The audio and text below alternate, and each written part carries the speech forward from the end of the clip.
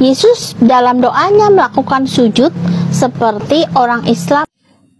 Saya izin stage ya Oma. Jadi kalau kita tuh membaca Alkitab, ya saya tidak tahu nih Oma ini dulunya agama apa ya. Tapi kalau Oma bisa membaca Alkitab, berarti mungkin besar kemungkinan Oma ini dulunya Nasrani, ya kan? Kemudian pindah masuk ke dalam agama Islam. Kenapa? Karena menemukan di dalam Alkitab, Yesus itu sembahyang dengan cara bersujud. Seperti saudara-saudara kita yang beragama Islam. Nah, hal-hal yang seperti ini seringkali terjadi kepada orang-orang yang pemalas baca Alkitab. Dan saya pikir Oma juga ini pemalas baca Alkitab. Kenapa saya bilang begitu? Karena ada bagian yang lain dalam Alkitab dikatakan begini ya. Contohnya Matius pasal yang ke-26. Ayat yang ke-30. Sesudah menyanyikan nyanyian puji-pujian, pergilah Yesus dan murid-muridnya ke Bukit Zaitun. Jadi Yesus itu bukan hanya sujud, tapi Yesus juga nyanyi-nyanyi. Jadi bagaimana sekarang Oma? Apakah ketika Oma tidak mendapati di dalam agama Oma yang baru nyanyi-nyanyi, apakah Oma akan kembali menjadi Kristen? Karena Yesus juga nyanyi-nyanyi.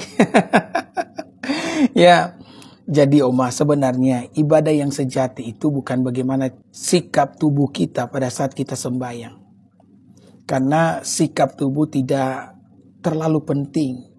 Itu yang menjadi ajaran Kristen. Mau duduk kah, mau sujud kah, mau berdiri kah, mau tepuk tangan kah, mau menangis kah, mau bernyanyi kah. Ketika kita ada di hadapan Tuhan, sikap tubuh tidak terlalu penting. Yang paling penting itu adalah sikap hati. Ya, kenapa Oma? Karena tidak semua sujud itu benar loh. Di dalam perjanjian lama, ada penyembah-penyembah berhala yang sujud kepada dewa-dewa mereka. Nah, apakah karena mereka sujud kepada dewa, ketika mereka beribadah dengan cara bersujud, apakah iman mereka dapat dibenarkan ketika penyembahan itu diberikan kepada patung? Tentu saja tidak ya, meskipun mereka sujud. Makanya di dalam kekristenan, ya, yang paling penting itu adalah sikap hati.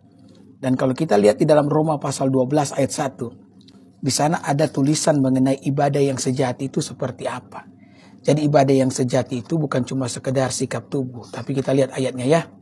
Roma 12 ayat 1. Karena itu saudara-saudara, demi kemurahan Allah, aku menasihatkan kamu supaya kamu mempersembahkan tubuhmu sebagai persembahan yang hidup, yang kudus dan yang berkenan kepada Allah.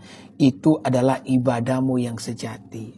Jadi ibadah yang sejati itu adalah benar-benar menyerahkan kehidupan kita kepada Tuhan di dalam kekudusan. Karena zaman sekarang orang bisa pakai ibadah sebagai kamuflase untuk melakukan yang namanya kejahatan kan. Makanya ibadah yang sejati itu bukan cuma sekedar kita bersujud atau sekedar nyanyi-nyanyi. Ibadah yang sejati adalah mempersembahkan kehidupan kita seutuhnya ke dalam kehendak dan rencana Allah. Jadi demikian ya Oma ya. Terima kasih untuk semangatnya Oma. Oma sehat-sehat selalu ya. Ingat Oma, sekalipun kita sudah berbeda agama, tapi kita satu NKRI. Torang semua basudara dan Tuhan Yesus memberkati. Shalom.